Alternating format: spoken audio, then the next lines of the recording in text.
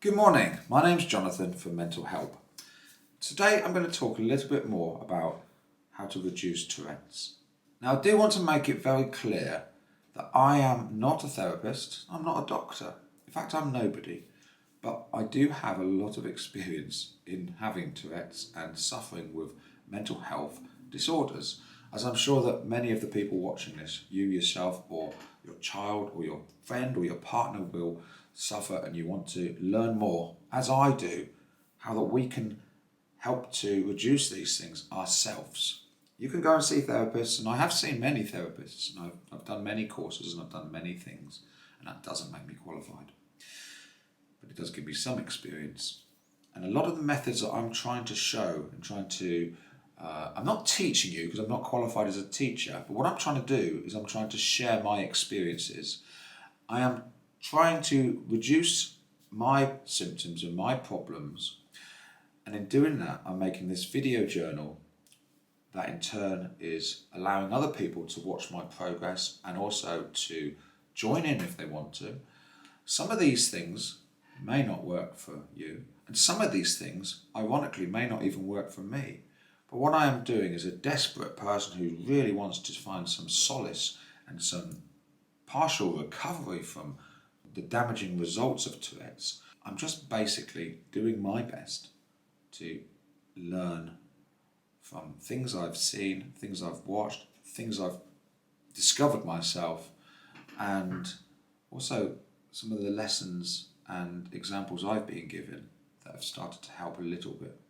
What I will say is I did talk on my last video about actually holding your arms, holding my arms when I'm going to do my shoulder twitch. I did say hold them tightly, but I'm not talking about holding them so tight that I'm in pain or I'm going to damage my body if I decide to have a tic.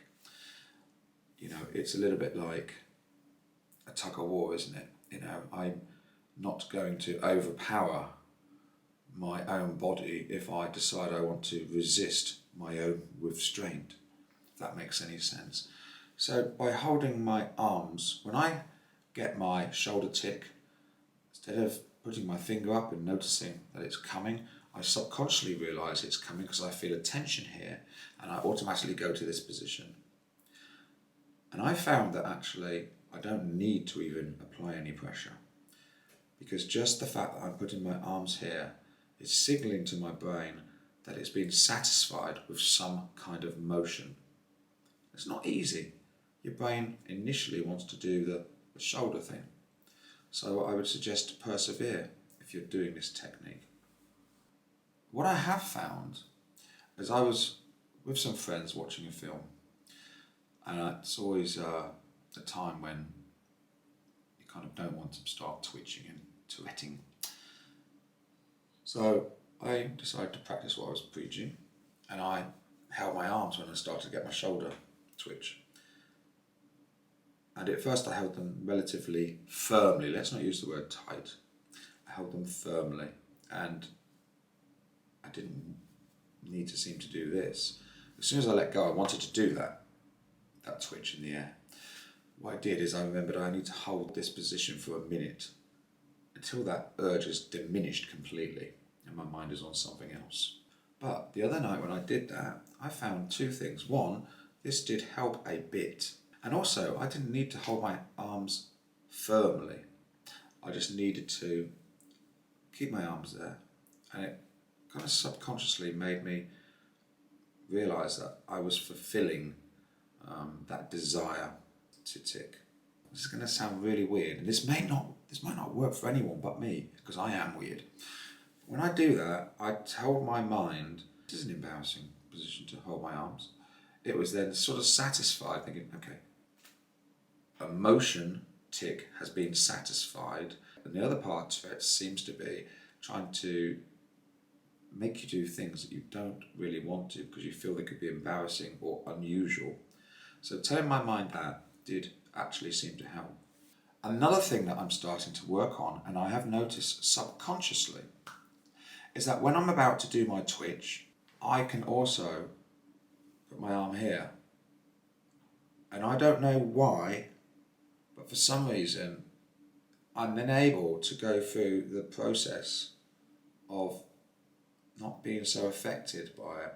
Whereas if I do it with my arm not there, I am feeling, I'm resisting, I'm feeling an urge to shoulder jerk. So it's almost like this arm or this hand, the warmth from this hand, it's not magic, but this hand, I'm kind of like sensing it is, this is going to sound silly, but something that cares for me, something that loves me. My hand is saying, look, it's okay. I mean, this is going to sound really silly when I play it back. And it's almost like I put my arm there now, I'm able to go, it's okay, I don't need to do that twitch. I don't need to do that tick. It's not working all the time, but it is working a bit. And that for me is encouraging. And also a friend of mine pointed out to me that when I do my videos and they watch the videos, that sometimes I go like this. And I just said, well, it's because I like to touch myself. It's not because I like to touch myself. But I thought about, why do I do that? Because I've got no urge to do that. I'm not compelled. Right now, I don't feel any urges to actually do that at all. So why do I do it? And I thought about that most of the night. I didn't sleep brilliantly well. I thought about why I do that, and maybe subconsciously I already do these sorts of things because I'm trying to distract my mind or my brain into thinking that something else is going on, so it doesn't need to worry about what's going on here. That really might not make any sense. So thanks a lot. Thank you for subscribing, and keep subscribing if you haven't already. I'm going to continually keep doing these videos, and it's motivating me to do them. And again, please understand, I'm not a doctor, I'm not a therapist. I'm someone who's struggling along, like many of you are, and resorting to trying to learn techniques that are completely available to us and put them into play in my life. So thanks again. Goodbye and God bless.